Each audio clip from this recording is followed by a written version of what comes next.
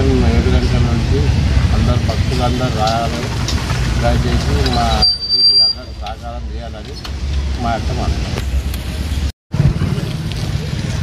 ఇందిరానగర్లో గల తాండూరు ఇందిరానగర్లో గల రామ మందిరాన్ని పునర్నిర్మాణం చేయడానికి ఆలయ కమిటీ వాళ్ళు నిర్ణయించినారు. దానికి అనుగుణంగా రేపు శంకుస్థాపన కార్యక్రమం చేపట్టబడుతుంది. ఈ కార్యక్రమం రేపు ఉదయం 7 గంటల నుండి 8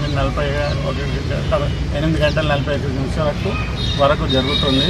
కావున భక్తాదులందరూ ఈ కార్యక్రమానికి హాజరై ఈ కార్యక్రమాన్ని జయప్రదం చేయగలని కోరుతూ తమ ఈ ఆలయ నిర్మాణానికి కూడా తమ వంతు సహకారం అందించగలని కోరుతున్నాం.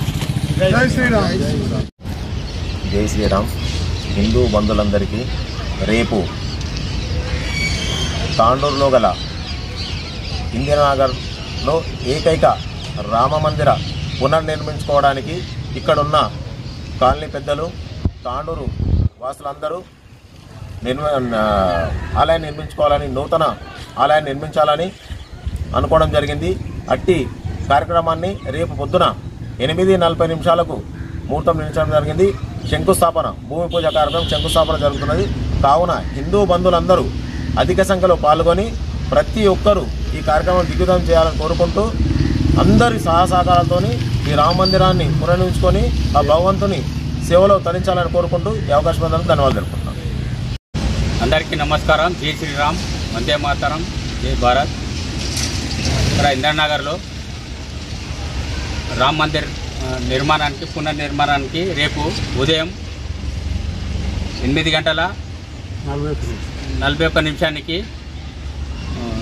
ముహూర్తం నిర్ణయించడమైంది.